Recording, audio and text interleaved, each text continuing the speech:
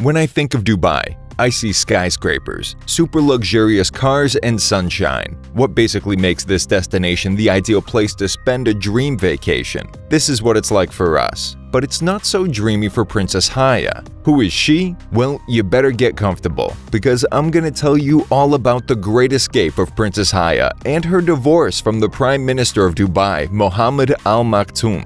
Will she reveal all his dirty secrets? Is she planning to get rid of her husband? This whole thing would make a great movie script. So let's get into the story of this great scandal.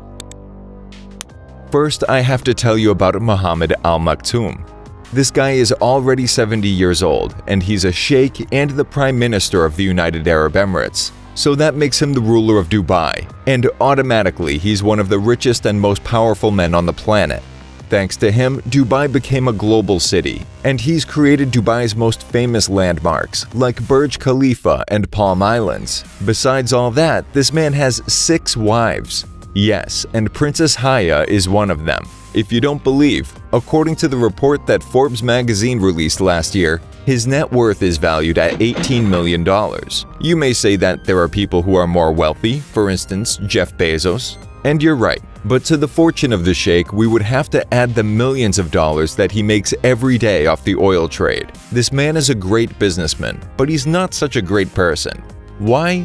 Well, it's time to talk about one of the 30 children that Mohammed has conceived in his 70 years of life with his 6 wives. Let me tell you about his daughter, Shamsa Al Maktoum, who in the year 2000, at just 18 years old, tried to escape from the grip of her tyrannical father. I still haven't explained why Mohammed is so evil, so here you go. Well, the escape took place while Shamsa was on vacation in one of the mansions that her father has in the United Kingdom. After that, she stayed with her friends in an apartment in London. But just a month and a half later, her father's people found her, and once that happened, they allegedly sedated her and sent her back to Dubai on a private jet. It's believed that ever since then, Shamsa has been locked in a palace where she stayed for years without anyone knowing her whereabouts. Do you see why I told you at the beginning of the story it was like a movie? But it wasn't until 2018 that the world heard about her again, when her uncle, Marcus Essabri, received a letter in which his niece asked for help and told him that no human being deserved to be a prisoner when her only crime was that she was born a woman in the Arab world. Do you already know where this thing is going? The story doesn't end there though. And it's that Latifa, another one of Mohammed's daughters, also tried to escape sometime after that. She did it when she was even younger than her sister because she was barely 16 years old. In her case, thanks to the help of the former French spy Hervé Jobert, Latifa managed to arrive by boat almost to the Indian border. But when they were about to land on the coast of Goa, they were stopped. In a video which she shared on social media in 2018, Latifa said that after being brutally beaten, she was sent to prison. In the same video, the princess mentioned that she never stopped thinking about attempting a second escape, despite being aware of the fatal consequences that it could bring if she was caught again. And this is what really happened. The princess tried to escape again, but she was caught and hasn't been seen since March 2018. As she said, her father was able to take the life of even his own daughter if his reputation and ego were in danger. Fortunately, thanks to her courage, the controversial and revealing video that Latifa shared caught the attention of governments and international human rights groups. But guess what? The Sheikh's 2 daughters aren't the only 2 women who tried to move as far away as possible from him. It's also one of his wives, Princess Haya bint al-Hussein, the daughter of the late King Hussein of Jordan. If you're thinking that this woman is the classic princess who married a prince and they just lived their royal life, nope, it's not like that. Haya, besides being beautiful, is also an educated and sophisticated woman. And unlike Shamsa and Latifa, Haya didn't escape alone, but she took her 2 children, 11-year-old Al-Jalila and 7-year-old Zayed. It's rumored that one of the reasons why she escaped was that she found out what happened to the missing daughters of her husband. I don't know how, but in May, the 45-year-old princess somehow found a way out of the golden cage, which was the palace she lived in. How did she do that? As it turns out, according to some sources, Haya managed to escape with a juicy sum of money. Some say it was $39 million, which is a lot. How does someone who runs away from a country get such a huge amount of money? Well, reportedly, Haya had the help of a friend of hers who is a recognized international diplomat. She stayed away from the media for some time after applying for asylum in London. Now that we've heard from her again, the final chapter of this international scandal is about to begin. Recently, legal proceedings, including the divorce trial that the princess has decided to start against Mohammed, have been scheduled. In the legal battle, besides demanding the protection and legal custody of their 2 children, allegedly Haya also wants to ask for child support estimated at almost $6 billion. The trial that is about to start has dominated the international press, not only because of the scandalous event which revealed that the wife of one of the most powerful men in the world has decided to escape from his claws, but also because surely during the trial, Haya will reveal the truth and expose all the secrets of an oppressive and abusive regime.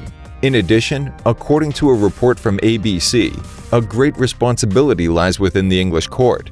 Because if it rules in favor of Mohammed, the princess will surely lose a lot of credibility and will receive a lot of international criticism. By the way, this guy allegedly intends to send his wife and their 2 children back to Dubai. But Haya has already requested a forced marriage protection order, which protects the children from being married off against their will, and what's called a non-molestation order, a restraining order which is granted to people who are victims of domestic violence.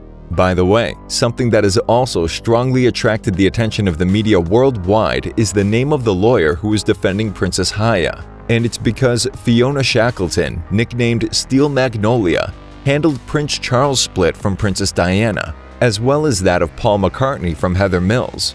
But don't think that only the princess is represented by a highly recognized lawyer. Mohammed hired Helen Ward, who in the past defended the British director Guy Ritchie during his divorce with his now ex-wife, the Queen of Pop, Madonna. Do you now understand why this case has become the talk of the international press? But add to all that the dark rumors revealed by an anonymous source about the supposed scary intentions of Princess Haya and her brother Ali. According to unconfirmed information, very unconfirmed, grain of salt here, but according to this, the 2 have come up with an evil plan to get rid of Mohammed. And I mean like, for good. No man, this story is for real, like a script of a soap opera or a thriller. But according to that theory, Haya and Ali not only have conceived this plan, but they've already secured the money that they would need to carry it out. In fact, according to that version, it's the princess's supposed lover, Russell Flowers, who would be in charge of carrying out the necessary negotiations with the bad boys who would be in charge of doing the dirty work. Well, it's been rumored that, now we're a rumor within a rumor. It's been rumored that he's already gotten in touch with the Russian mafia. This would make an excellent script for a movie, right? Wait, maybe that's why Haya needed all the money with which she supposedly ran away. Seriously though, I find it super hard to believe that an Oxford-educated United Nations messenger of peace would even consider this.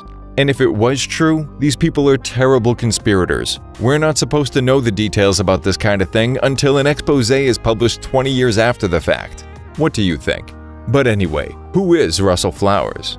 Well, doesn't the name sound like an action movie hero or a leader of a band? Well, it turns out that this 36-year-old man is a former British soldier and bodyguard of Princess Haya. In fact, last year he was photographed accompanying her during a visit she made to England with her husband.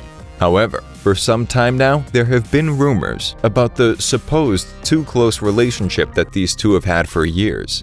And it's been speculated that he's more than a bodyguard. For many, the romantic relationship Russell and Haya have is an open secret. However, not long ago he was questioned about it and was asked if he would be called to testify during the trial. He just said that he had absolutely nothing to say about it. And look, poor Mohammed is still writing poems to his 6th beloved wife. I say this because after Haya fled Dubai with her 2 kids, her husband decided to dedicate some words to the woman who made him father for who knows which time. Although the poem he wrote was far from romantic because he accused her of treason and betrayal. How nice. Anyway, we will have to wait and see how this real-life drama ends. For now, tell us what you think of the whole thing. Do you think that the rumors about the alleged relationship between Russell Flowers and Princess Haya are true? And if so, do you think they have really been planning to send Mohammed 6 feet under? What do you think happened to the Sheikh's daughters? Let me know what you think in the comments, and don't forget to subscribe to our channel to stay up to date with curiosips. Until next time.